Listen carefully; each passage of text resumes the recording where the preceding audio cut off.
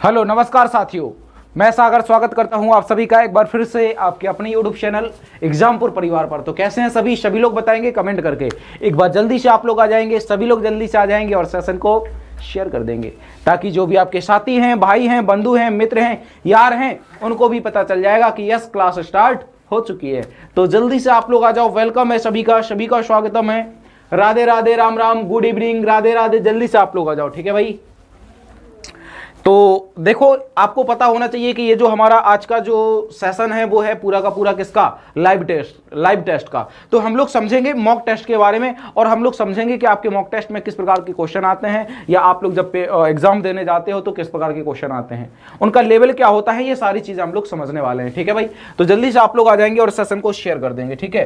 तो चलो, कुछ पॉइंट है वो आपको समझना बहुत ज्यादा जरूरी है। जैसे सबसे पहला पॉइंट है कि आपको क्या करना है, आपको एग्जामपुर ऑफिशियल ऐप को क्या करना है, डाउनलोड करना है। और जब आप इसको डाउनलोड करोगे तो आपको क्या मिल जाएंगी, फ्री पीडीएफ मिल जाएंगी, करंट अफेयर नोट्स मिल जाएंगे, फ्री क्विज़ेस मिल जाएंगी, लाइव क्लासेस मिलेंगी और मॉक टेस्ट मिल जाएंगे। और क्या मिल जाएगा, आपका बुक से रिलेटेड आपको पूरी की पूरी जानकारी दी जाएगी। कब, जब आप इस एप्लीकेशन को डाउनलोड कर लेते हो, ठीक है भाई। कहां से डाउनलोड करोगे, गूगल प्ले स्टोर से। कहां से, गूगल प्ले स्टोर से इसको डाउनलोड कर लेना, ठीक है भाई।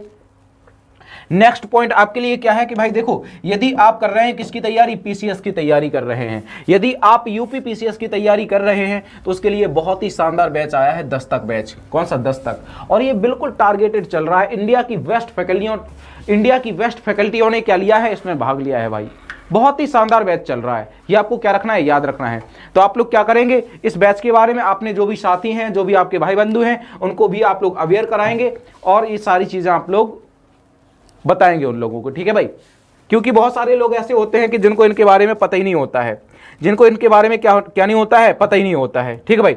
नेक्स्ट पॉइंट आपके लिए ये है कि यदि आप किसी भी सरकारी नौकरी की तैयारी कर रहे हैं, यदि आप किसी भी सरकारी नौकरी की तैयारी कर रहे हैं तो आपके लिए भाई जो टेस्ट वाले हैं वो बहुत ही ज़्यादा हेल्पफुल होने वाला है। क्यों, क्योंकि जो आपका टेस्ट वाले हैं एप्लीकेशन है उसको आप लोग डाउनलोड करोगे और डाउनलोड करके रजिस्टर कर लोगे तो आपको फ्री टेस्ट देने का मौका मिल जाएगा। और ऐसे 1 मिलियन यानी 10 लाख ऐसे सदस्य हैं, 10 लाख ऐसे सदस्य हैं जो उस पर अपने जुड़ चुके हैं, उसको अपना हिस्सा बना लिया है और कहीं ना कहीं अपने टेस्ट सीरीज को कंटिन्यू लगा रहे हैं। तो 10 लाख सदस्य ऐसे हैं जो टेस्ट वाले का लाभ ले रहे हैं, तो आप भी इसका लाभ ले सकते हैं, ठीक है भाई। चलो जी, आगे समझते हैं हम लोग। तो देखो, जैसे ये जो हमारा सेशन है ये किसका है, जीके जीएस का है। किसका है, जीके जीएस का है। तो इस जीके जीएस में हमें क्या क्या पढ़ना है, हिस्ट्री से संबंधित हम लोग क्वेश्चन पढ़ेंगे, पॉलिटी से संबंधित क्वेश्चन पढ़ेंगे, ज्योग्राफी से संबंधित क्वेश्चन पढ़ेंगे और आपका साइंस से संबंधित क्वेश्चन पढ़ेंगे और आर्ट एंड कल्चर के क्वेश्चन पढ़ेंगे, आर्ट एंड कल्चर के क्वेश्चन पढ़ लेंगे। और पूरा का पूरा जो आपका स्टैटिक वाला जो पार्ट होता है, स्टैटिक जीके का पार्ट होता है, वो भी हम लोग समझेंगे। यानी जो आपका पेपर होता है, हम लोग इसको मॉडल पेपर भी बोल सकते हैं। क्या बोल सकते हैं, मॉडल पेपर भी बोल सकते हैं हम लोग, ठीक है भाई। ये भी आपको याद रखना है, इसको हम लोग मॉडल पेपर भी बोल सकते हैं, इसको हम लोग मॉडल पेपर भी बोल सकते हैं क्योंकि आपके वही उसी प्रकार के पेपर क्वेश्चन डिजाइन किए गए हैं जो आपके पेपर में आते हैं, ठीक है भाई। तो जल्दी से आप लोग आ जाओ और जल्दी से अपने साथियों को क्या कर दो, सेशन शेयर कर दो। बहुत बढ़िया, एकदम शानदार।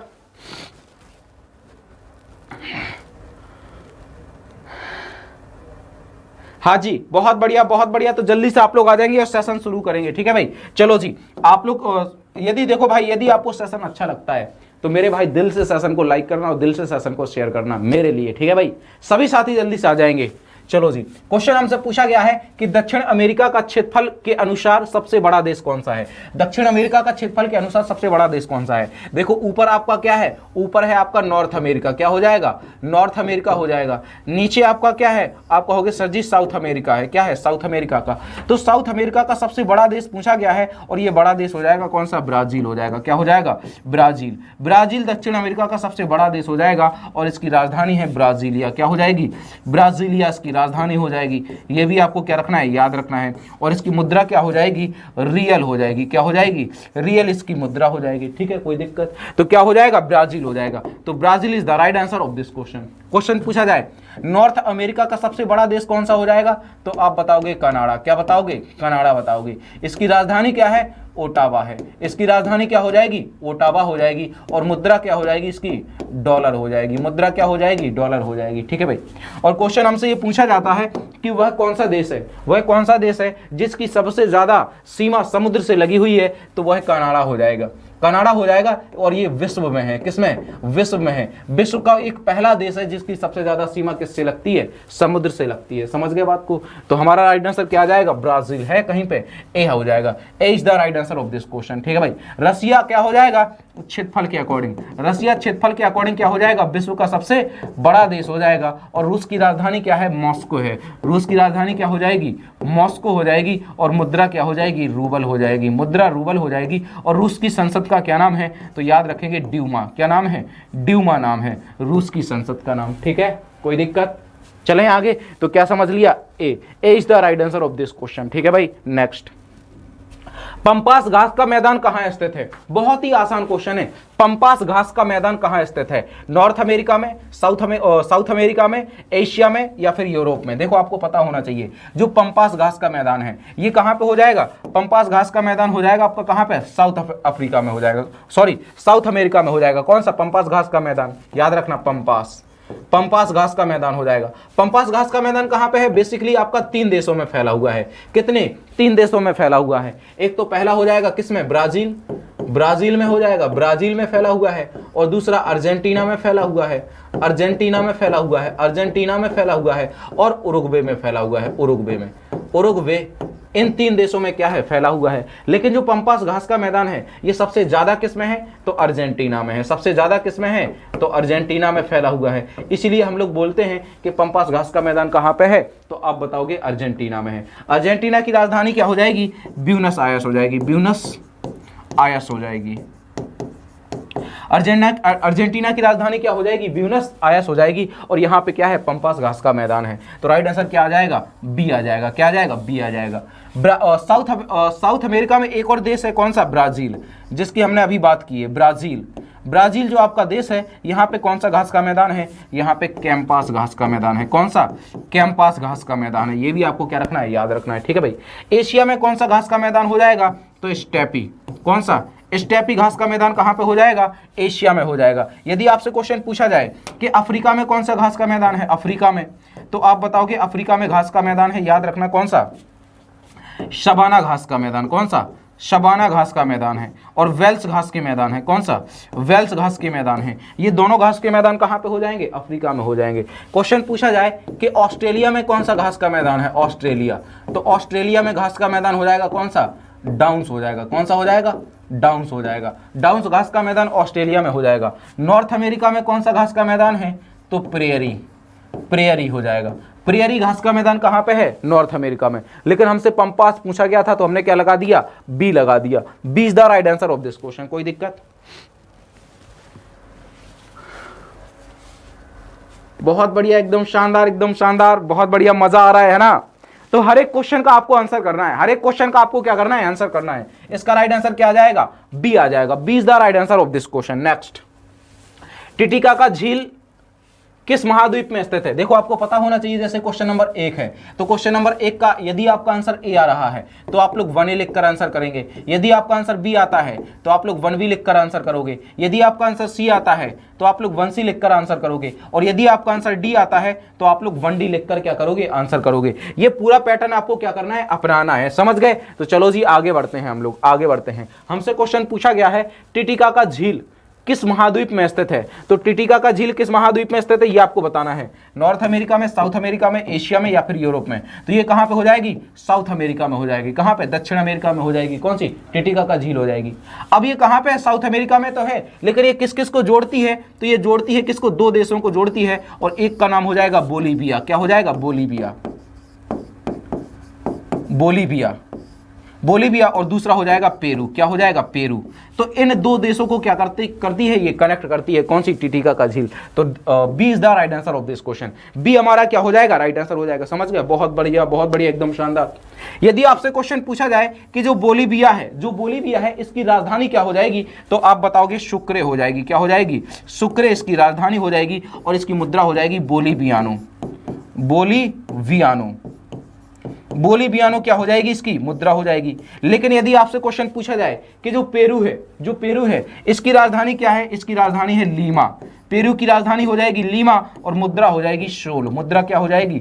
सोल हो जाएगी। ये सारे पॉइंट, क्योंकि देखो आपको पता होना चाहिए, हमसे हर एक राज्य की राजधानी और करेंसी बिल्कुल पूछी जाती है। ठीक है भाई, राजधानी और करेंसी हमसे पूछी ही जाती है, तो इनको आपको याद रखना है। राइट आंसर क्या आ जाएगा? B. B is the right answer of this question. अब ये देखो, ये आपका क्या हो जाएगा? साउथ अमेरिका हो जाएगा। और यहाँ पे क्या है? आपकी टिटिका का झील हो जाएगी। कौन सी झील हो जाएगी? टिटिका का झील हो जाएगी। क्वेश्चन पूछा जाता है एंडीज पर्वत श्रेणी। एंडीज पर्वत श्रेणी कहाँ पे है? तो आप बताओगे वो भी कहाँ पे हो जाएगी? साउथ अमेरिका में हो जाएगी। और ये आपका क्या है? साउथ अमेरिका है। ठीक है भाई, समझ गए? चलो जी, तो राइट आंसर क्या हो जाएगा अपना? बी। आगे बढ़ते हैं नेक्स्ट। पुस्तक undaunted saving the India of India के लेखक कौन है? सलमान खुर्शीद या पी चिदम्बरम या सौरभ गांगुली या नरेंद्र मोदी? जल्दी से आप बताओ। देखो आपको पता होना चाहिए, जो मोदी जी हैं, भाई और बहनों, मैं गंगा की शपथ लेता हूं कि इस हिंदुस्तान को आजाद कर दूंगा। ये बोर्ड भी आजाद हो गया भाई साहब। है क्या हो गया? अरे भाई साहब क्या हो गया? इसको कैसे आजाद करें?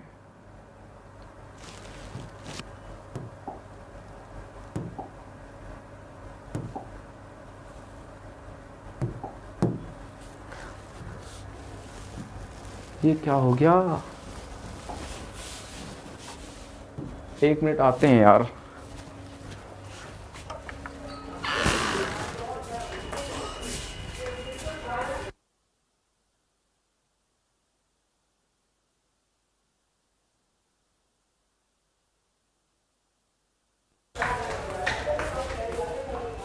सर इसको देख लो यार, थोड़ा सा बोर्ड वैसा हो गया। देखो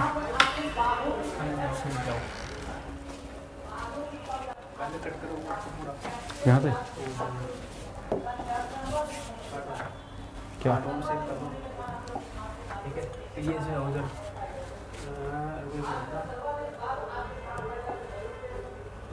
नहीं वो नहीं कह रहा था। क्या? फिर भी कंप्यूटर बाहर आएगा। चलो जी, बहुत बढ़िया, बहुत बढ़िया, है ना? तो यही क्वेश्चन था हमारा। ठीक है भाई, यही क्वेश्चन था। हाँ जी, बहुत बढ़िया, बहुत बढ़िया। तो देखो जरा, पुस्तक undaunted saving the idea of India के लेखक कौन है? ये हमसे क्वेश्चन पूछा गया है। बहुत ही शानदार क्वेश्चन है। तो हम कहीं ना कहीं किसके बारे में बता रहे थे? मोदी के बारे में बता रहे। भाई साहब, मोदी तगड़ा आदमी है। देख रहे हैं, मोदी का जैसा ही नाम लिया, भाइयों बहनों का जैसा ही नाम लिया, बोर्ड भाई साहब ब्लैंक हो गया बोर्ड। यार कहीं ना कहीं बोर्ड के अंदर भी खौफ है भाई और बहनों का। चलो जी, तो नरेंद्र मोदी की देखो आपको पता होना चाहिए, एक पुस्तक है एग्जाम वॉरियर। कौन सी? Exam warrior. और ये हमसे बहुत पूछी जाती है, एग्जाम वॉरियर। एग्जाम वॉरियर पुस्तक है, वो हमसे बहुत पूछी जाती है कि एग्जाम वॉरियर किसकी है? नरेंद्र मोदी की है। सौरभ गांगुली की कौन सी पुस्तक हो जाएगी? तो याद रखोगे, सौरभ गांगुली की पुस्तक है a century is not enough. कौन सी है? A century is not enough किसकी पुस्तक हो जाएगी? आप कहोगे सर जी सौरभ गांगुली की हो जाएगी। लेकिन जो undaunted saving the idea of India पुस्तक किसकी है? तो ये आपके पी चिदम्बरम की हो जाएगी। किसकी? पी चिदम्बरम की हो जाएगी। नेक्स्ट, पृथ्वी दिवस कब मनाया जाता है? जल्दी से आप लोग बताओ, पृथ्वी दिवस कब मनाया जाता है? तो आपको पता होना चाहिए कि पृथ्वी दिवस कब मनाया जाता है? 22 मार्च को मनाया जाता है। कब? 22 मार्च को हम लोग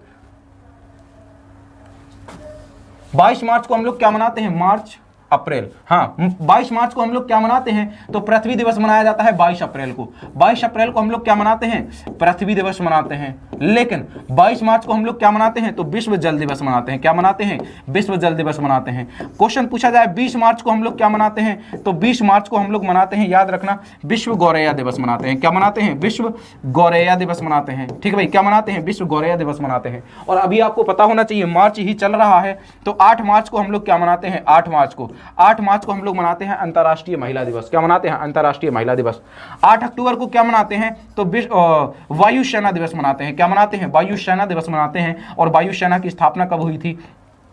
तो आप कहोगे सर जी 1932 में। 1932 में वायुसेना की स्थापना हुई थी। ठीक है भाई। 10 जनवरी को हम लोग क्या मनाते हैं? तो विश्व हिंदी दिवस मनाते हैं। क्या मनाते हैं? विश्व हिंदी दिवस मनाते हैं। विश्व हिंदी दिवस मनाते हैं, ये आपको याद रखना है, क्योंकि आपको पता होना चाहिए जो हिंदी है हमारी क्या है? भारत की राजभाषा है। हिंदी भारत की क्या हो जाएगी? राजभाषा हो जाएगी। तो राष्ट्रीय हिंदी दिवस कब मनाया जाता है? याद रखोगे राष्ट्रीय हिंदी दिवस मनाया जाता है ये 14 सितंबर को मनाया जाता है। कब? 14 सितंबर को मनाया जाता है, क्योंकि 14 सितंबर 1949 में 14 सितंबर 1949 में 14 सितंबर 1949 में क्या किया गया था? हिंदी को राजभाषा बनाया गया था। और राजभाषा से संबंधित हमारा भारत के संविधान का कौन सा भाग है? तो भाग नंबर 17 है। कौन सा आर्टिकल है? तो आर्टिकल 343 है। ये भी आपको क्या रखना है? याद रखना है। भारत के संविधान के किस अनुसूचियों में भाषाओं का वर्णन दिया गया है? किसमें भाषाओं का वर्णन दिया गया है? तो आप कहोगे सर जी 8वीं अनुसूची में। 8वीं अनुसूची में किसका? भाषाओं का वर्णन दिया गया है। और 8वीं अनुसूची में कितनी भाषाएं हैं? तो 22 भाषाएं हैं। कितनी? 22। लेकिन मूल संविधान में 14 भाषाएं थी। मूल संविधान में 14 भाषाएं थी और अब वर्तमान में कितनी है? 22 भाषाएं हैं। तो राइट आंसर क्या हो जाएगा? ए हो जाएगा। A is the right answer of this question. ठीक है, कोई दिक्कत? बहुत बढ़िया, एकदम शानदार, एकदम शानदार। चलो जी नेक्स्ट। तो ये क्या हो जाएंगे? अप्रैल के आपके इंपोर्टेंट डेज हो जाएंगे कि किस अप्रैल को क्या मनाया जाता है। ठीक है भाई, ये हमसे अप्रैल का पूछा गया कि मार्च का?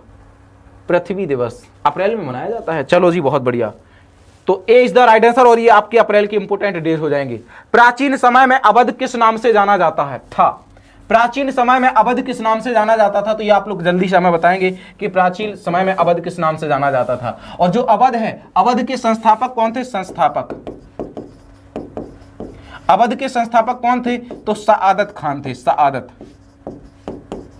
सआदत खान थे। और जो सआदत खान है ये कहीं ना कहीं क्या थे? नवाब थे। क्या थे? नवाब थे। कहाँ के? अवध के। कहाँ के? अवध के नवाब थे। ये भी आपको याद रखना है। तो जल्दी से आप लोग बताओ कि प्राचीन समय में जो अवध है उसको हम लोग किस नाम से जानते थे? सबका आंसर आना चाहिए, सबका आंसर आना चाहिए भाई। ठीक है, तो देखो अवध को हम लोग किस नाम से जानते थे? कौशल के नाम से जानते थे। किस नाम से? कौशल के नाम से जानते थे। और इसकी राजधानी कहीं ना कहीं क्या? श्रावस्ती होती थी। क्या? श्रावस्ती इसकी क्या थी? राजधानी थी। ठीक है, तो राइट आंसर क्या आ जाएगा? बी आ जाएगा। B is the right answer of this question. और ये देखो, ये कहीं ना कहीं आपसे क्वेश्चन पूछा जाएगा कि जो कौशल है, कौशल की राजधानी क्या थी? श्रावस्ती या अयोध्या थी। तो ये हमारे क्या हो जाएंगे? महाजनपद हो जाएंगे। क्या हो जाएंगे? महाजनपद। क्वेश्चन पूछा जाता है कि महाजनपदों की संख्या कितनी है? महाजनपदों की संख्या कितनी है? तो आप बताओगे 16 महाजनपद थे प्राचीन काल में। और ये देखो आपके 16 महाजनपद हो जाएंगे। अश्मक, चेदी, अवंती, पांचाल, सूरसेन, मत्स्य, कुरु, कौशल, काशी, वत्स, अंग, मगध, बज्जी, मल्ल, गांधार, कंबोज, ये हमारे क्या हो जाएंगे? पूरे के पूरे 16 महाजनपद हो जाएंगे। ठीक है भाई, समझ गए? तो ये महाजनपद कहाँ कहाँ कौन सा स्थित था ये भी यहाँ पे लिखा हुआ है। ये हो जाएंगे महाजनपद, ये हो जाएगी उसकी राजधानी, और ये हो जाएगा वर्तमान में क्षेत्र के कौन सा महाजनपद कहाँ पे था। ठीक है भाई, तो इनको भी आपको पढ़ना है। नेक्स्ट, अहमदनगर की किस रानी ने बादशाह अकबर का विरोध किया था और उसका क्या नाम है? अच्छा, अहमदनगर की कौन सी रानी थी जिसने बादशाह अकबर का विरोध किया था? किसका? अकबर का विरोध किया भाई साहब, अकबर। आपको पता होना चाहिए कि जो अकबर है ये आपका 1556 से लेकर 1605 तक क्या रहा था? राजा रहा था 1605 तक। और 1605 से लेकर 1627 तक कौन राजा रहा? तो जहांगीर राजा बना। कौन? जहांगीर राजा बना। ये भी आपको याद रखना है। और 1627 से लेकर 1658 तक कौन राजा रहा?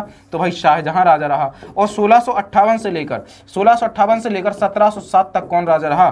तो औरंगजेब राजा रहा। कौन? औरंगजेब राजा रहा। ये क्या है? मुगल वंश के राजा हैं। किसके? मुगल वंश के राजा हैं। तो जल्दी से आप बताओ है कौन सी, वह कौन सी रानी हो जाएगी जिसने अकबर का क्या किया था? विरोध किया था। भाई सबको आंसर बताना है, सबको आंसर बताना है एक टाइप से। ठीक है भाई, ऐसा नहीं है कि कोई नहीं बताएगा, कोई बस सोच रहा है यार बस हो गया है, ऐसा नहीं करना है। चलो जी, तो इसका राइट आंसर क्या आ जाएगा? चांद बीबी। कौन आ जाएगा? चांद बीबी, चांद बीबी। तो चांद बीबी ये किसकी पत्नी थी? ये आदिल शाह की पत्नी थी। किसकी? आदिल शाह की पत्नी थी, आपको पता होना चाहिए। और आदिल शाह का कहां पे शासन था, तो गोवा वाले क्षेत्र में। कहां पे? गोवा वाले क्षेत्र में इनका शासन था। आपको पता होना चाहिए पुर्तगालियों ने 1510 में आदिल शाह से क्या छीन लिया था? गोवा छीन लिया था। ठीक है भाई, जो चांद बीबी है ये किसकी पत्नी थी? आदिल शाह की पत्नी थी। किसकी? आदिल शाह की पत्नी। तो C is the right answer of this question. और चांद बीबी ने ही किसका? अकबर का विरोध किया था, बादशाह अकबर का विरोध किया था। ठीक है, बहुत बढ़िया। नेक्स्ट, 1971 में स्वतंत्रता की घोषणा के बाद बांग्लादेश के प्रथम प्रधानमंत्री का नाम बताइए। देखो 1971 के बाद आपको पता होना चाहिए जो बांग्लादेश है, इसी को हम लोग क्या बोलते हैं? जो बांग्लादेश है, याद रखना भाई, है ना। तो क्या रखना है? याद रखना है। इसको क्या रखना है? याद रखना है। चलो जी समझते हैं।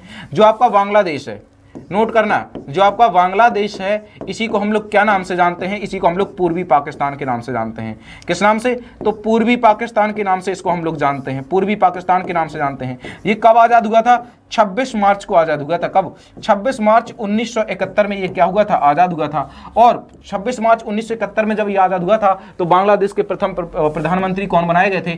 ताजुद्दीन अहमद बनाए गए थे। लेकिन स्वतंत्रता के बाद, समझ गए। लेकिन आपसे क्वेश्चन पूछा जाए बांग्लादेश के प्रथम प्रधानमंत्री कौन थे, तो आप कहोगे भाई शेख मुजीबुर रहमान। कौन थे? शेख थे। शेख मुजीबुर रहमान बांग्लादेश के प्रथम प्रधानमंत्री थे। और इन्हीं को बांग्लादेश का जनक कहा जाता है। इन्हीं को क्या कहा जाता है? बांग्लादेश का जनक कहा जाता है। ये भी आपको क्या रखना है? याद रखना है। और इन्हीं को क्या कहा जाता है? बंग बंधु कहा जाता है। बंग बंधु कहा जाता है। इन्हीं को बंग बंधु के नाम से भी जाना जाता है। जो बांग्लादेश है ये भारत की सीमा से स्पर्श होता है। जो बांग्लादेश है ये भारत की सीमा से स्पर्श होता है। तो भारत की सबसे ज्यादा जो स्थलीय सीमा है, स्थलीय, वो बांग्लादेश से लगती है। और कितनी? तो 4096 किलोमीटर। 4096 किलोमीटर की सीमा किससे लगती है? बांग्लादेश से लगती है। भारत की 4096 किलोमीटर की सीमा बांग्लादेश से लगती है। और भारत और बांग्लादेश के मध्य मैत्री एक्सप्रेस ट्रेन चलाई गई थी। कौन सी? मैत्री एक्सप्रेस ट्रेन चलाई गई थी। बांग्लादेश का विभाजन कब हुआ था? बांग्लादेश का विभाजन, तो आप बताओगे बांग्लादेश का विभाजन हुआ था 1905 में हुआ था। कब हुआ था? 1905 में बांग्लादेश का विभाजन हुआ था। तो राइट आंसर क्या बन जाएगा? A is the right answer of this question। ठीक है भाई, चलो जी नेक्स्ट पढ़ते हैं। तो ये आपका क्या हो जाएगा? ये वाला बांग्लादेश हो जाएगा। This is Bangladesh. ठीक है भाई, कोई दिक्कत? चलो जी नेक्स्ट। एक सहकारी समिति में पालन किया जाने वाला सिद्धांत कौन सा था? एक सहकारी समिति में पालन किया जाने वाला सिद्धांत कौन सा था? तो एकाधिक वोट, एक आदमी एक वोट, या कोई वोट नहीं, या एक हिस्सा एक वोट। जल्दी से आप लोग बताओ। देखो आपको पता होना चाहिए जो सहकारी समिति है ये कब बनी थी, तो ये आपकी 1901 में बनी थी। और इसका रजिस्ट्रेशन 1912 से क्या हो गया था? शुरू हो गया था। और जब इसका रजिस्ट्रेशन 1912 से शुरू हुआ था तो इसका जो आपका प्रमुख मत था वो क्या था? एक आदमी एक वोट। यानी एक आदमी के पास क्या होगा? एक ही वोट होगा। ये इसका क्या था? मत था। राइट आंसर क्या आ जाएगा? बी आ जाएगा। नेक्स्ट। अच्छा देखो, अब जैसे समितियां हैं तो चाहे वो आपकी संविधान की समिति हो या किसी की भी समिति हो, हमसे क्वेश्चन पूछा जाता है कि किस समिति के अध्यक्ष कौन थे, वह कौन सी समिति है जिसके अध्यक्ष भाई फलाने थे, ढिकाने थे, इस टाइप से क्वेश्चन पूछे जाते हैं। तो देखो मसौदा समिति, इसके अध्यक्ष कौन थे? भीमराव अंबेडकर। और इसी को हम लोग जानते हैं प्रारूप समिति के नाम से। इसी को हम लोग प्रारूप समिति के नाम से जानते हैं। और यही क्या है? संविधान की सबसे बड़ी समिति थी। और इसमें कितने? 7 सदस्य थे। कितने? 7 सदस्य थे। क्वेश्चन हमसे पूछा जाता है। आपसे क्वेश्चन पूछा जाएगा राज्य समिति के अध्यक्ष कौन थे, तो आप बताओगे पंडित जवाहरलाल नेहरू। आपसे क्वेश्चन पूछा जाएगा सभा समिति के अध्यक्ष कौन थे, तो आप बताओगे पट्टाभी सीतारामैया थे। तो ये आपको पढ़ना है। कुछ चीजें ऐसी होती हैं कि कहीं ना कहीं आपको भी मेहनत करने की जरूरत है। ऐसा तो है नहीं है कि बस सारी चीजें बस हम ही आपको करवा दें, पूरा का पूरा मतलब हम ही याद करें, हम ही पेपर दे आएंगे, क्या दिक्कत है? हैं? ऐसा हो जाएगा? काश ऐसा होता तो भाई साहब फिर देखो लेकिन ऐसा होता कैसे? ऐसा होता कैसे भाई मेरे? ऐसे कैसे होता कि काश हम आपका पेपर देने जाते हैं? चलो जी, तो ये सारी चीजें आपको पढ़नी है। नेक्स्ट, निम्नलिखित देशों में से किस देश में संवैधानिक राजतंत्र है? किस देश में संवैधानिक राजतंत्र है? तो जल्दी से आप लोग बताओ किस देश में संवैधानिक राजतंत्र हो जाएगा। अब हम नाम नहीं ले रहे हैं, इसका मतलब ये नहीं है कि बस पढ़ाने में धुन हो, पढ़ाने में गुम हो, ऐसा नहीं है भाई। पढ़ो, मेहनत करो भाई। हम भी यहाँ पे मेहनत करते हैं। एसी नहीं चल रहा फिर भी पढ़ा रहे हैं भाई साहब, गर्मी लग रही है चलो जी, मांझा क्यों कर रहा है ये कमेंट, क्यों कर रहा है भाई साहब? बातें नहीं करनी है, आपस में बातें नहीं करनी है, ना मानेगा है, करेगा गलतियां, पागल सरफिरासा। चलो जी, तो वह कौन सा देश है, निम्नलिखित में से कौन सा देश है जिसमें संवैधानिक क्या है, राजतंत्र है? तो श्रीलंका में तो राजतंत्र आपका नहीं है, मालदीव में भी नहीं है, चाइना भी में भी नहीं है, तो राइट आंसर क्या जाएगा, भूटान आ जाएगा। क्या जाएगा, भूटान। और जो भूटान है ये भारत का पड़ोसी देश है, ये भारत का क्या हो जाएगा, पड़ोसी देश हो जाएगा। इसकी राजधानी क्या हो जाएगी, थिम्पू हो जाएगी। क्या हो जाएगी, थिम्पू हो जाएगी। और मुद्रा क्या हो जाएगी, न्यू गुलट्रम। न्यू गुलट्रम, न्यू गुलट्रम क्या हो जाएगी, इसकी मुद्रा हो जाएगी। क्वेश्चन पूछा जाता है कि भूटान से भारत के कितने राज्य लगते हैं, तो आप कहोगे भूटान में कौन सी सपा सरकार है, भूटान में कौन सी सपा सरकार है। सा से हो जाएगा सिक्किम, क्या हो जाएगा, सिक्किम हो जाएगा। पा से आ से हो जाएगा असम, क्या हो जाएगा, असम हो जाएगा। पा से हो जाएगा पश्चिम बंगाल, क्या हो जाएगा, पश्चिम बंगाल हो जाएगा। और आ से हो जाएगा क्या, अरुणाचल प्रदेश, यानी एपी, अरुणाचल प्रदेश। तो ये 4 राज्य ऐसे हैं जो भूटान की सीमा से लगते हैं। ये भारत के 4 राज्य हैं जो भूटान की सीमा से क्या होते हैं, स्पर्श होते हैं। मेरे भाई समझ गए, बहुत बढ़िया, एकदम शानदार। चलो जी आगे बढ़ते हैं। तो ये देखो आपका भूटान हो जाएगा, ये आपका भूटान है ना, समझ गए। चलो जी आगे बढ़ते हैं। नेक्स्ट, लाल मिट्टी पर खेती करना कठिन है क्योंकि जो लाल मिट्टी होती है, लाल मिट्टी पर खेती करना कठिन है। और ये इसलिए कठिन है क्योंकि जो लाल मिट्टी होती है इसकी जल धारण क्षमता क्या होती है, कम होती है। इसकी जल धारण क्षमता कम होती है। तो ए हमारा पॉइंट क्या हो जाएगा, बिल्कुल सही हो जाएगा। ठीक है भाई। अब आप कहोगे सर जी लाल मिट्टी, इसका रंग लाल क्यों होता है, इसका रंग लाल क्यों होता है, क्योंकि इसमें किसके, आयरन के कण पाए जाते हैं, आयरन, इसमें आयरन के कण पाए जाते हैं। और आयरन का रंग कैसा होता है, तो आप कहोगे सर जी लाल होता है। किसका, लाल होता है। यह भी आपको क्या रखना है, याद रखना है। आपको पता होना चाहिए जो वीनस ग्रह है, जो वीनस ग्रह है, इस पर भी कहीं ना कहीं जो आपका लाल मिट्टी बहुत अधिक पाई जाती है, क्योंकि यहां पे क्या है, आयरन की अधिकता है, यहां पे आयरन की अधिकता है। लाल मिट्टी में ह्यूमस की कमी पाई जाती है, किसकी, ह्यूमस, ह्यूमस की कमी पाई जाती है। और ह्यूमस क्या है, एक प्रकार का जैविक पदार्थ है जो फसलों को क्या करता है, अच्छा बनाता है।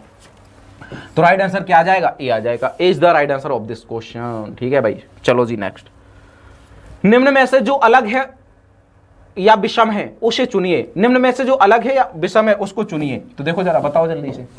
जो डल झील है ये कहां पे है, ये आपका जम्मू एंड कश्मीर में है, ये आपका जम्मू एंड कश्मीर में है। जो सांबर झील है ये कहां पे है, राजस्थान में है, राजस्थान में है।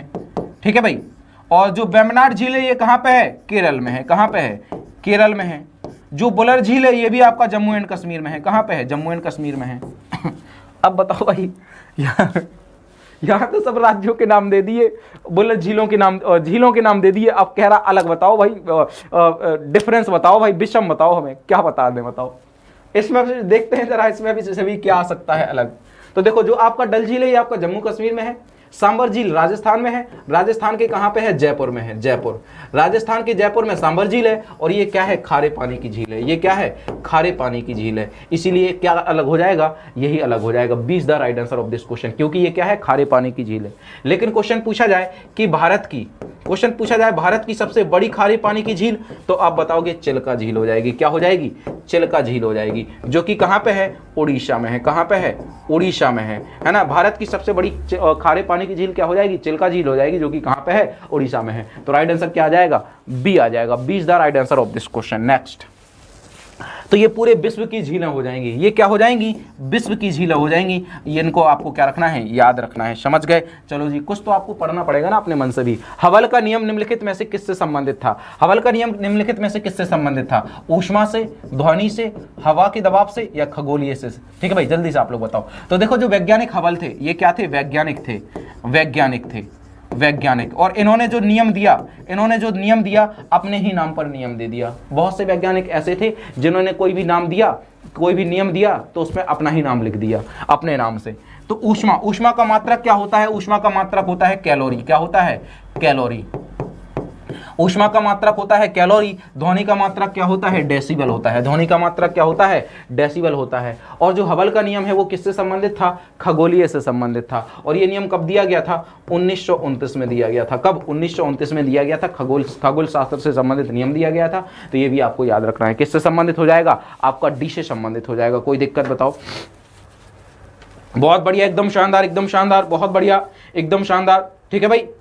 तो जो डार्विन हवल थे, इन्होंने ब्रह्मांड से संबंधित एक नियम दिया था। और जब उसको नियम दिया तो इसको क्या कहा गया, हबल का नियम कहा गया, जो कि किससे, आपका खगोल शास्त्र से संबंधित था। चलो जी नेक्स्ट, वेक्टर राशि का उदाहरण है। वेक्टर राशि का उदाहरण है तो वेक्टर का मतलब क्या होता है, वेक्टर का मतलब होता है सदिश। क्या मतलब होता है, सदिश। और इसमें से हमारी सदिश राशि कौन सी हो जाएगी, तो वेग हो जाएगी। क्या हो जाएगी, वेग हो जाएगी। बकाया ये तीनों क्या हो जाएंगी, अदिश राशियां हो जाएंगी। क्या हो जाएंगी, अदिश राशियां हो जाएंगी। सदिश राशियां क्या होती हैं कि इसमें भाई परिमाण होता है, सदिश राशियों में परिमाण होता है और परिमाण के साथ साथ दिशा भी होती है। क्या होती है, परिमाण के साथ साथ दिशा भी होती है। लेकिन जो अदिश राशियां होती हैं इनमें परिमाण तो होता है, इनमें परिमाण तो होता है, परंतु दिशा नहीं होती है, ये आपको क्या रखना है, याद रखना है। कोई दिक्कत।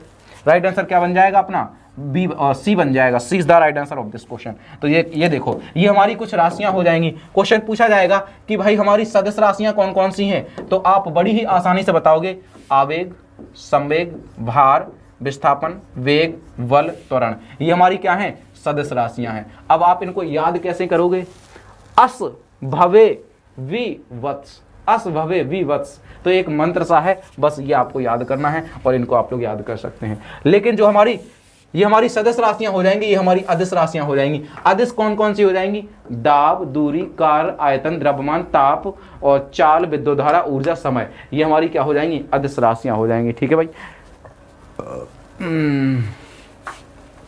तो क्वेश्चन तो हम एक ला रहे हैं, लेकिन आपको उसी क्वेश्चन से रिलेटेड आपको कुछ काम भी दे रहे हैं। अब जैसे हमने क्वेश्चन एक बताया और आपको सदिश और अदिश राशियां बहुत सारी बता दी, ताकि आपको याद तो हो जाए कि कौन कौन सी सदिश है, कौन कौन सी अदिश है।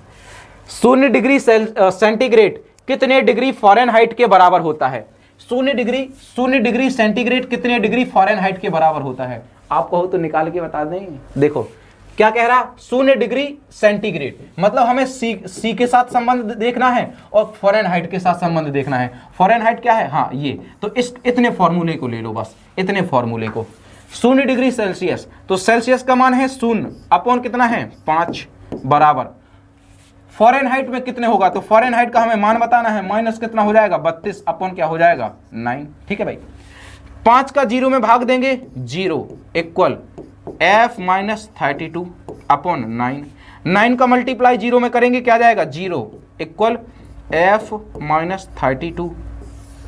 ये हमारी इक्वेशन बन जाएगी। तो क्या इस 32 को हम यहां नहीं ला सकते, तो ये f बराबर कितना हो जाएगा 32 आ जाएगा, 32 फ़ारेनहाइट, यानी फ़ारेनहाइट का मान कितना निकल के आ जाएगा 32 निकल के आ जाएगा। 0 डिग्री सेल्सियस का मान 32 फ़ारेनहाइट होता है, ये आपको क्या रखना है, याद रखना है। तो राइट आंसर क्या आ जाएगा, डी आ जाएगा। D is the right answer of this question. ऐसे करके आप लोग, आपका यदि मान दिया हो रीमर में और आपसे पूछा जाए कि 36 रीमर को कितने केल्विन बोल सकते हैं, तो आप रीमर को और केल्विन को आपस में जोड़ घटा लेंगे, बस जिसका मान दिया है उसकी जगह उसका मान रख दो। क्वेश्चन पूछा जाता है कि मनुष्य का ताप कितने डिग्री सेल्सियस होता है, तो 37 डिग्री सेल्सियस होता है, लेकिन कितने फ़ारेनहाइट होता है, तो 98 डिग्री फ़ारेनहाइट, 98.4 डिग्री फ़ारेनहाइट होता है। ये आपको क्या रखना है, याद रखना है, बहुत पूछा जाता है ये हमसे। ठीक है, हाँ जी, बहुत बढ़िया, एकदम शानदार। चलो जी आगे बढ़ते हैं। नेक्स्ट, मुक्त रूप से निलंबित चुंबक किस दिशा की ओर संकेत करता है। तो जब कोई चुंबक मुक्त रूप से गिरता है तो वह नॉर्थ टू साउथ की ओर क्या करता है, संकेत करता है। हमेशा उत्तर और दक्षिण दिशा में क्या करता है, वो रुका हुआ रहता है, यानी नॉर्थ टू साउथ, क्या आ जाएगा, नॉर्थ टू साउथ। अब क्वेश्चन पूछा जाता है कि जैसे नॉर्थ दिशा ये है और साउथ दिशा ये है, और ये हमारी क्या है, एक चुंबक है, तो चुंबक के कितने पोल होते हैं, क्वेश्चन पूछा जाएगा। चुंबक के कितने पोल होते हैं, 2 पोल होते हैं, नॉर्थ और साउथ। एक चुंबक को कितनी भी बार तोड़ा जाए उसमें हमेशा 2 पोल उपस्थित होते हैं। चुंबक की जो बल रेखाएं होती हैं वो कहां से कहां की ओर निकलती हैं, तो नॉर्थ से साउथ की ओर निकलती हैं। ये भी आपको क्या रखना है, याद रखना है। ठीक है भाई, तो राइट आंसर हो जाएगा अपना बी। नेक्स्ट, निम्न में से विषम चुने, निम्न में से विषम चुनना है। पारद या क्विक सिल्वर, हाइड्रागाइमर या ब्रोमीन। तो देखो आपको पता होना चाहिए कि जो आपका हमें विषम देखना है तो पारा का क्या मतलब होता है Hg। क्या मतलब होता है Hg। Hg क्या हो जाएगा पारा। और आपको पता होना चाहिए कि जो पारा है इसका परमाणु क्रमांक क्या होता है 80 होता है। और पारा ही हमारा क्या है द्रव धातु है। पारा क्या है द्रव धातु है। ये भी आपको क्या रखना है याद रखना है। पारा हमारा क्या हो जाएगा द्रव धातु हो जाएगा। कोई दिक्कत। बहुत बढ़िया एकदम शानदार एकदम शानदार।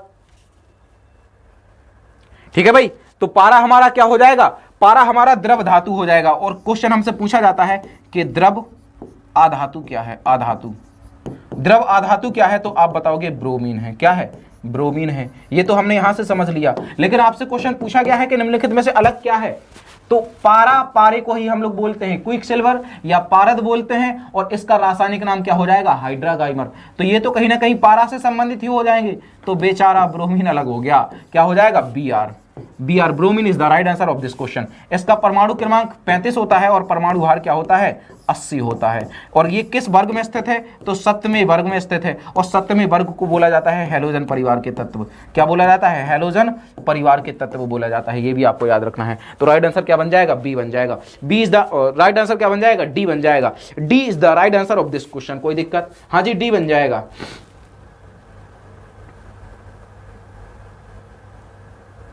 ना मानेगा है करेगा कमेंट।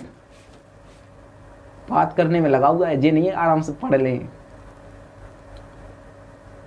फिर पेपर नहीं होता है तो कहता पेपर करवा दो। हैं आयोग से लड़ जाएंगे मिट्टी खा लेंगे पागल सा। चलो जी नेक्स्ट। तो ये आपकी आवर्त सारणी हो जाएगी पीरियोडिक टेबल हो जाएगी। और इसमें भी आप लोग देख लेना ये आपका क्या हो जाएगा Hg हो जाएगा यानी पारा हो जाएगा। क्या हो जाएगा पारा हो जाएगा। और ये आपका ब्रोमीन हो जाएगा Br यानी ब्रोमीन हो जाएगा। ठीक है भाई। ये पूरी हमने आपको आवर्त सारणी याद करवाई है। नेक्स्ट स्टेनलेस स्टील का आविष्कार किसने किया था तो हैरी ब्रियरली ने किया था। किसने हैरी ब्रियरली ने किया था। अब जो स्टील है ये किस किस से बनता है तो कार्बन और आपका लोहे से बनता है। किससे कार्बन और आपका लोहे से बनता है। क्वेश्चन पूछा जाए कि जो आपका कांसा है कांसा ये किस किस से बनता है तो टिता। तो इसका मतलब टिन और तांबा। टिन और तांबे से क्या बनता है कांसा बनता है। पीतल किससे बनता है तो याद रखेंगे पिताजी यानी तांबा और जिंक। क्या हो जाएगा पिताजी। तो ता से हो जाएगा तांबा और जा से हो जाएगा जिंक हो जाएगा। ठीक है भाई। लेकिन टांका ये बहुत पूछा जाता है। सोल्डर ये बहुत पूछा जाता है। ये किस किस से बनता है तो ये आपका सिटी यानी सीसा और टिन सीसा और टिन से बनता है। ठीक है भाई। लेकिन जो स्टील है ये आपका कार्बन और लोहा से बनता है। कार्बन और आयरन से बनता है क्या स्टील बनता है। तो ये चारों आपकी मिश्र धातुएं हो जाएंगी। और ये हमसे चारों की चारों पूछी जाती हैं। हाँ जी भाई चारों की चारों पूछी जाती हैं। नेक्स्ट निम्नलिखित में से कौन सा एक क्षारीय तत्व नहीं है। कौन सा एक क्षारीय तत्व नहीं है सोडियम Na ये आपका क्षारीय है कि नहीं है। पोटेशियम यानी क्या हो जाएगा K ये क्षारीय है कि नहीं है। लिथियम Li ये क्षारीय है कि नहीं है। सल्फर ये क्षारीय है कि नहीं है। सोडियम का परमाणु क्रमांक 11 हो जाएगा। पोटेशियम का परमाणु क्रमांक 19 हो जाएगा। लिथियम का परमाणु क्रमांक क्या हो जाएगा आपका 3 हो जाएगा। और सल्फर का परमाणु क्रमांक क्या हो जाएगा 16 हो जाएगा। ठीक है भाई। तो जिसमें से 16 अलग क्या हो जाएगा सल्फर हो जाएगा। क्योंकि जो हमारा हमने आपको बताया था हेलिना ने की रब से फरियाद। हेलिना ने की रब से फरियाद। तो देखो हाइड्रोजन लिथियम सोडियम पोटेशियम ये क्या है कहीं ना कहीं एक ही वर्ग के तत्व हैं। कहीं ना कहीं पहले वर्ग के तत्व हैं। और पहले वर्ग को कहा जाता है क्षारीय धातुएं। क्षारीय धातुएं कहा जाता है। क्षारीय धातुएं कहा जाता है। लेकिन जो दूसरा वर्ग है उसको क्या कहा जाता है क्षारीय मृदा धातुएं कहा जाता है। क्षारीय मृदा धातुएं कहा जाता है। तो हमारा राइट आंसर क्या आ जाएगा सल्फर आ जाएगा। क्योंकि सल्फर इसमें है ही नहीं है। सल्फर इसमें है ही नहीं है। देखो लो जरा ये आपका सल्फर इधर है कहाँ गया ये आपका सल्फर है। सल्फर का परमाणु क्रमांक 16 हो जाएगा। सल्फर का परमाणु क्रमांक क्या है 16 ये हमने अभी जस्ट आपको बताया है। ठीक है भाई। तो सल्फर अलग है बकाया ये 3 क्या है सेम है। देखो हेलिना ने की रब से फरियाद। ठीक है भाई। तो देखो जरा आपको हमने बताया कि जो पहला वर्ग है इसको हम लोग क्या बोलते हैं इसको हम लोग बोलते हैं क्षारीय धातुएं।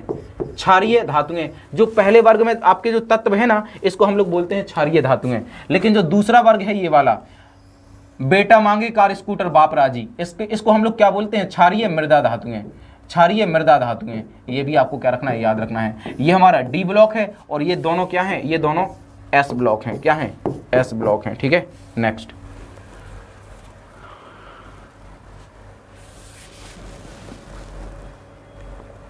बताओ भाई, बताओ। तो अनुवांशिक अभियांत्रिकी का दूसरा नाम क्या है, अनुवांशिक अभियांत्रिकी का दूसरा नाम क्या है, अनुवांशिकी के जनक के रूप में कौन जाने जाते हैं, तो आप कहोगे सर जी जनक के रूप में जाने जाते हैं ग्रेगर जॉन मेंडल। कौन, ग्रेगर जॉन मेंडल जाने जाते हैं, ग्रेगर जॉन मेंडल जाने जाते हैं। और अनुवांशिकी से संबंधित ग्रेगर जॉन मेंडल ने किस पेड़ पर अपने परीक्षण किए थे, तो आप कहोगे सर जी परीक्षण तो किए थे किस पर, मटर के पौधे पर। लेकिन अनुवांशिकी को हम लोग क्या बोलते हैं, जेनेटिक्स बोलते हैं, जेनेटिक्स बोलते हैं, है ना। तो जेनेटिक्स नाम किसने दिया, 1905 में डब्ल्यू वाटसन ने, किसने, डब्ल्यू वाटसन ने दिया। ये भी आपको क्या रखना है, याद रखना है। लेकिन जो अनुवांशिकी है ये किसका, इसकी इकाई क्या है, अनुवांशिकी की इकाई क्या है, अनुवांशिकी की इकाई हो जाएगी क्या, जीन। अनुवांशिकी की इकाई हो जाएगी जीन। और जीन का प्रतिपादन हुआ था 1909 में, किसने किया था, वैज्ञानिक जोहान्स ने किया था। किसने, वैज्ञानिक जोहान्स ने किया था। और इन्होंने बताया था कि जो अनुवांशिकी की जो घटना घटती है वो किसके कारण घटती है, जीन्स के कारण घटती है। किसके, जीन्स के कारण घटती है। और जो अनुवांशिकी है इससे संबंधित 3 नियम हैं जो कि किसने दिए, ग्रेगर जॉन मेंडल ने दिए। और प्रथम नियम क्या है ग्रेगर जॉन मेंडल का, प्रभाविता का नियम। दूसरा नियम क्या है, पृथक्करण का नियम। और तीसरा नियम क्या हो जाएगा, तो तीसरा नियम हो जाएगा स्वतंत्र अपव्यूहन का नियम। ठीक है भाई। अब अनुवांशिकी अभियांत्रिकी का दूसरा नाम क्या हो जाएगा, पुनः संयोजन प्रौद्योगिकी, पुनः संयोजन डीएनए प्रौद्योगिकी, पुनः संयोजन डीएनए प्रौद्योगिकी। तो राइट आंसर क्या आ जाएगा, सी आ जाएगा। C is the right answer of this question. Question पूछा जाए जो डीएनए है इसकी खोज किसने की, डीएनए की, या खोज या इसका प्रतिपादन किसने किया, प्रतिपादन किसने किया, या डीएनए का रूप किसने बताया, तो आप कहोगे वाटसन एवं क्रिक ने। किसने, वाटसन एवं क्रिक ने, वाटसन एंड क्रिक ने क्या किया, डीएनए का रूप प्रतिपादित किया कि डीएनए क्या है, द्विकुंडलित है, यानी सीढ़ीनुमाकार है डीएनए। ठीक है भाई। डीएनए का फुल फॉर्म होता है डीऑक्सीराइबो न्यूक्लिक एसिड होता है। इसी के जैसा होता है आरएनए, और आरएनए का फुल फॉर्म होता है राइबो न्यूक्लिक एसिड होता है। डीएनए और आरएनए कहाँ पे पाए जाते हैं, केंद्रक में पाए जाते हैं। कहाँ पे, केंद्रक में पाए जाते हैं। ये भी आपको याद रखना है। समझ गए बात को। तो राइट आंसर क्या आ जाएगा अपना, सी आ जाएगा। डीएनए का प्रतिपादन कब किया गया, तो डीएनए का प्रतिपादन किया गया 1953 में। और जब 1953 में डीएनए का प्रतिपादन किया वाटसन एवं क्रिक ने, तो इनको 1962 में क्या दिया गया, नोबेल प्राइज भी दिया गया था। क्या दिया गया था, नोबेल प्राइज भी दिया गया था। राइट आंसर क्या आ जाएगा, सी आ जाएगा। क्या आ जाएगा, सी आ जाएगा। C is the right answer of this question. बहुत बढ़िया, एकदम शानदार, एकदम शानदार।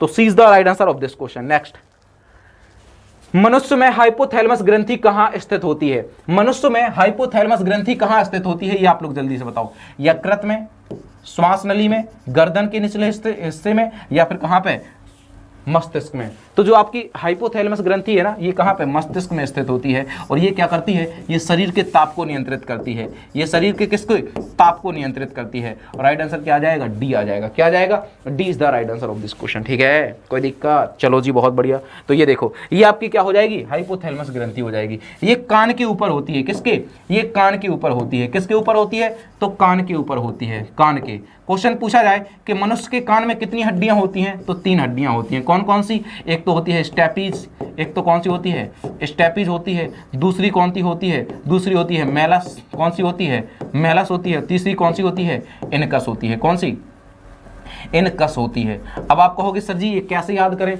तो जैसे आप लोग फोन लगाते हो, किसी को, मित्र को फोन लगाते हो, तो फोन किससे, सिम से लगता है। किससे, सिम से लगता है, सिम, यानी स्टेपीज, इनकस, मेलस। ये सिम याद कर लो कि सिम हम लोग फोन लगाते हैं, सिम से लगता है। तो सिम, एस का मतलब हो जाएगा क्या, स्टेपीज, आई का मतलब हो जाएगा इनकस, एम का मतलब हो जाएगा मेलस। तो एक कान में 3 हड्डियां, तो दोनों कानों में कितनी हो जाएंगी, 6 हड्डियां हो जाएंगी। ये भी आपसे क्वेश्चन पूछा जाता है। क्वेश्चन पूछा जाता है कि चेहरे में कितनी हड्डियां होती हैं, तो 14 हड्डियां होती हैं। कितनी, 14 हड्डियां होती हैं। और खोपड़ी में कितनी हड्डियां होती हैं, तो 8 हड्डियां होती हैं। कितनी, 8 हड्डियां हमारे खोपड़ी में होती हैं। ये हमसे क्वेश्चन पूछे जाते हैं। ठीक है भाई, डायरेक्ट है। तो ये आपकी क्या हो जाएंगी, कुछ हड्डियां हो जाएंगी। जैसे आपको याद रखना है, क्वेश्चन पूछा जाता है कि सबसे मजबूत हड्डी कौन सी होती है, तो वो होती है मैंडिबल। कौन सी, मैंडिबल होती है, जिसको हम लोग जबड़े की हड्डी बोलते हैं। ये जो आपका जबड़ा है ना, ये जो जबड़ा है ना, ये जो जबड़ा है, ये होती है सबसे आपकी मजबूत हड्डी, इसी को बोलते हैं मैंडिबल बोन। ठीक है भाई। नेक्स्ट, प्रसिद्ध सोमनाथ मंदिर कहाँ स्थित है? तो तमिलनाडु में, उत्तर प्रदेश में, गुजरात में या फिर राजस्थान में? तो जो सोमनाथ मंदिर है ये कहाँ पे हो जाएगा? ये आपका गुजरात में हो जाएगा। कहाँ पे? गुजरात में हो जाएगा। और गुजरात के गिर सोमनाथ में है। कहाँ पे? गिर सोमनाथ में है। गुजरात के कहाँ पे है? गिर सोमनाथ में है। कहाँ पे हो जाएगा? गिर सोमनाथ में हो जाएगा। ये भी आपको याद रखना है, गुजरात के गिर सोमनाथ में है, गिर सोमनाथ जिले में है। गुजरात के गिर सोमनाथ में है क्या? सोमनाथ मंदिर। ठीक है भाई। सोमनाथ मंदिर को सबसे पहले 1025 में लूटा गया था। किसने लूटा था? तो महमूद गजनवी ने लूटा था। और महमूद गजनवी ने भारत पर 17 बार आक्रमण किया है। फिर सोमनाथ मंदिर को दूसरी बार 1178 में लूटा था। किसने? मोहम्मद गौरी ने लूटा था। किसने? मोहम्मद गौरी ने लूटा था। और गौरी ने भी भारत पे कितने? 17 आक्रमण किए। ये भी आपको याद रखना है। राइट आंसर सी हो जाएगा। नेक्स्ट, तो ये आपका सोमनाथ मंदिर हो जाएगा। एमआरआई किसका संक्षिप्त रूप है? एमआरआई किसका संक्षिप्त रूप है? तो मेडिकल रिसर्च आपका सूचना, या मैग्नेटिक रेजोनेंस इमेजिंग, या मीडिया रिसर्च सूचना, या फिर क्या हो जाएगा? Medical research imaging. क्या हो जाएगा? एमआरआई का फुल फॉर्म। तो जल्दी से आप लोग बताओगे इसका क्या हो जाएगा? एमआरआई क्या होती है? एक जांच होती है, पूरे शरीर की जांच होती है। एमआरआई मशीन में हमारी पूरा शरीर पहुंच जाता है और उससे हमें पता चल जाता है कि हमारे शरीर में कौन कौन सी बीमारी है, कौन कौन सी बीमारी नहीं है, कौन सी हड्डी फ्रैक्चर है, कौन सी नहीं है। राइट आंसर क्या आ जाएगा? बी आ जाएगा। कर्क रेखा भारत के कितने राज्यों को होकर गुजरती है? भारत के 8 राज्यों से होकर गुजरती है। क्या? कर्क रेखा। ये भी आपको याद रखना है। ठीक है भाई। और ये आपकी देखो कर्क रेखा हो जाएगी। पश्चिम में किससे किससे गुजरती है? तो याद रखेंगे गुजरात से। और पूर्व में किससे होकर गुजरती है? तो मिजोरम से। और टोटल कितने राज्य हो जाएंगे? तो 8 राज्य ऐसे हो जाएंगे जिससे कर्क रेखा क्या होती है? गुजरती है। कर्क रेखा सबसे ज्यादा किससे गुजरती है? सबसे ज्यादा आप कहोगे सर जी कर्क रेखा जो है ना, ये सबसे ज्यादा किससे गुजरती है? तो सबसे ज्यादा गुजरती है एमपी से। किससे? एमपी से। कर्क रेखा भारत की 2 राजधानियों से होकर गुजरती है। कर्क रेखा भारत की 2 राजधानियों से होकर गुजरती है। एक तो हो जाएगा रांची, एक तो क्या हो जाएगा? रांची हो जाएगा, और दूसरा हो जाएगा भोपाल। भोपाल। ये भारत की 2 राजधानियां हैं, मतलब भारत के राज्यों की 2 राजधानियां हैं जिससे कर्क रेखा होकर गुजरती है। ये आपको याद रखना है। ये आपका क्या हो जाएगा? ये आपका हो जाएगा, याद रखना, भोपाल हो जाएगा, और ये रांची हो जाएगा। ठीक है भाई। चलो जी नेक्स्ट, नेपाल उत्तर प्रदेश के कितने जिलों को स्पर्श करता है? जल्दी से आप बताओ, नेपाल उत्तर प्रदेश के कितने जिलों को स्पर्श करता है? इसका आप लोग जल्दी से आंसर बताएंगे।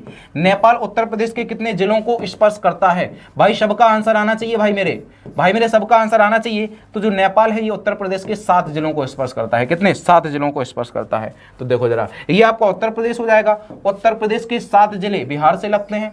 उत्तर प्रदेश का 1 जिला छत्तीसगढ़ से लगता है। उत्तर प्रदेश का 1 जिला झारखंड से लगता है। उत्तर प्रदेश के 11 जिले मध्य प्रदेश से लगते हैं। उत्तर प्रदेश के 6 जिले हरियाणा से लगते हैं। उत्तर प्रदेश के 2 जिले राजस्थान से लगते हैं। उत्तर प्रदेश का 1 जिला हिमाचल प्रदेश से लगता है। उत्तर प्रदेश के 7 जिले किससे लगते हैं? उत्तराखंड से लगते हैं। और उत्तर प्रदेश के 7 जिले किससे लगते हैं? नेपाल से लगते हैं। ये भी आपको याद रखना है। ठीक है भाई। नेक्स्ट, महात्मा गांधी को अर्धनग्न फकीर किसने कहा? महात्मा गांधी को अर्धनग्न फकीर किसने कहा? ये आप लोग जल्दी से बताएंगे। और दिस इज लास्ट क्वेश्चन। ये हमारा क्या हो जाएगा? लास्ट क्वेश्चन हो जाएगा। तो हमने कितने क्वेश्चन कर लिए? 25 क्वेश्चन कर लिए, 25। और 25 क्वेश्चन के बारे में बहुत अच्छे से समझा है। अच्छा ये 24 है, 24 25, चलो जी, तो 24 तो हम कर ही लेते हैं, चलो कोई बात नहीं है। 24 क्वेश्चन। महात्मा गांधी को अर्धनग्न फकीर की उपाधि कहाँ दी गई? तो ब्रिटेन में दी गई थी। ब्रिटेन में दी गई थी। कब? 1931 में दी गई थी। और किसने दी थी अर्धनग्न फकीर की उपाधि? तो विंस्टन चर्चिल ने दी थी। क्योंकि महात्मा गांधी जब द्वितीय गोलमेज सम्मेलन में गए थे तो उसी टाइम पे दी गई थी महात्मा गांधी को। ठीक है भाई। किसने? विंस्टन चर्चिल ने दी थी। राइट आंसर क्या आ जाएगा? डी आ जाएगा। ठीक है भाई। और जो विंस्टन चर्चिल हैं वो क्या थे? ब्रिटेन के पूर्व प्रधानमंत्री थे। और ये आपके गोलमेज सम्मेलन हो जाएंगे। 3 गोलमेज सम्मेलन हुए हैं और तीनों यहाँ पे स्थित हैं। ये आपका 25वां क्वेश्चन हो जाएगा। और ये आपका क्या है? लास्ट क्वेश्चन है। ये क्या है? लास्ट क्वेश्चन है। तो ये आपके लिए क्या है? HW है। ये आपके लिए HW है। तो इसका आप लोग क्या करेंगे? जल्दी से आंसर करेंगे। क्या हो जाएगा? जैन धर्म के किस गुरु पर महिला एवं पुरुष होने का विवाद है? वह कौन से गुरु हो जाएंगे जैन धर्म से संबंधित? तो इसका आप लोग जल्दी से बताएंगे भाई। ठीक है भाई। और सेशन आपको कैसा लगा है? क्लास आपको कैसी लगी है मेरे भाई? ये आप लोग जरूर किया करो जी। आप लोग जरूर बताया करो कि सेशन आपको कैसा लगा है। आप लोग कमेंट बॉक्स में क्या आता नहीं लिख सकते हो कि सेशन आपको कैसा लगा है? अच्छा लगा, कैसा लगा, क्या चेंजमेंट हमें करना चाहिए, ये भी आप लोग हमें बता सकते हो। क्या बदलाव लाना चाहिए हमें सेशन में, पढ़ाने में क्या बदलाव लाना चाहिए, किस प्रकार के क्वेश्चन लाएं, ये भी आप लोग हमें बता सकते हैं। आप ही से तो हम सब कुछ करते हैं, आप ही के अकॉर्डिंग तो चलते हैं। आप कहते हो भाई ये कराओ क्वेश्चन लगवाओ क्वेश्चन, थ्योरी पढ़ाओ थ्योरी, सब कुछ जो आप लोग कहते हो वैसे हम आपके अकॉर्डिंग चलने लगते हैं। तो आप लोग इतना तो आप लोग सजेशन कर सकते हो ना कि सर जी आप ये पढ़ाओ, सेशन अच्छा लगा, ये वो सारी चीज़ें आप लोग कमेंट बॉक्स में लिखना, ऑफलाइन कमेंट जरूर करना, सबसे क्या है गुजारिश है मेरी, ठीक है। तो आप लोग जरूर बताएंगे कि सेशन आपको कैसा लगा है, ठीक है भाई। और कहते हैं कि तू ना सही तो कोई और सही है, भूल गया, तू ना सही तो कोई और सही, क्योंकि इस जमाने में तेरे जैसे कई, और ऐ सनम इस जमाने में तू अकेली तो नहीं। अरे कैसी बात करता है, तू ना सही तो कोई और सही, ठीक है भाई। चलो जी, तो पढ़ते रहेंगे, मुस्कुराते रहेंगे और बने रहेंगे। और लास्ट क्वेश्चन का आंसर आप लोग कमेंट बॉक्स में जरूर देना, और आपके कमेंट का हम क्या करेंगे, इंतजार करेंगे। तो अंत में सभी साथियों को बस इतना ही, और पढ़ते रहिए, मुस्कुराते रहिए, अपना और अपने घर वालों का ख्याल रखिए, खुश रहिए। तो सभी साथियों को जय हिंद। हमें कलम से क्रांति, जय एग्जामपुर, कर विजय एग्जामपुर।